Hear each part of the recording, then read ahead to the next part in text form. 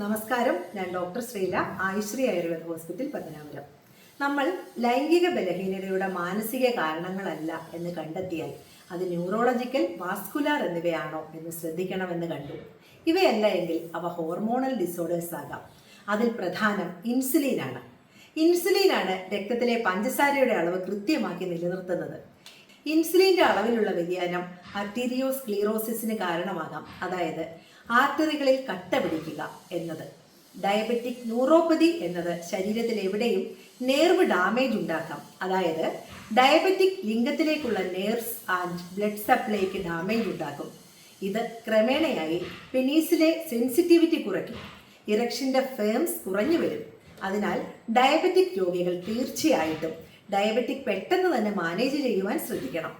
അവർ ഭക്ഷണ നിയന്ത്രണം, മരുന്നുകളുടെ ഉപയോഗം, വ്യായാമം എന്നിവയിലൂടെ ഡയബറ്റിക് നിയന്ത്രിച്ച് നിർത്തണം. അടുത്തത് തൈറോയിഡ് ഫംഗ്ഷൻ അബ്നോർമൽ ആയാൽ സെക്ഷൽ ഡ്രൈവ് കുറയും. തൈറോയിഡ് ഗ്ലാൻഡിന്റെ ഫംഗ്ഷൻ കുറഞ്ഞാലും കൂടിയാലും പ്രശ്നമാണ്. അത് ലൈംഗികതയെ ബാധിക്കും.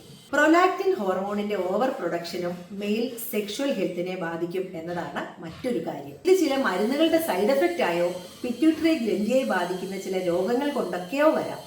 ഇനി ടെസ്റ്റോസ്റ്റിറോൺ ലെവൽ ശരീരത്തിൽ കുറഞ്ഞാലും സെക്സ് ഡ്രൈവ് കുറയും. മെയിൽ സെക്ഷൽ ഹോർമോണാണ് ടെസ്റ്റോസ്റ്റിറോൺ. ഇതിന്റെ കുറവ് മെയിൽ സെക്ഷൽ ഡ്രൈവ്, അതായത് ലിബിഡോ കുറയ്ക്കും. ടെസ്റ്റോസ്റ്റിറോൺ ഹോർമോണിന് ഡിസയർ ഡ്രാഗ് എന്ന് വിളിപ്പേരുണ്ട്. ഇനി നമുക്ക് സ്റ്റീറോയിഡിന്റെ ഉപയോഗത്തിലേക്ക് നോക്കാം അടുത്ത ദിവസം.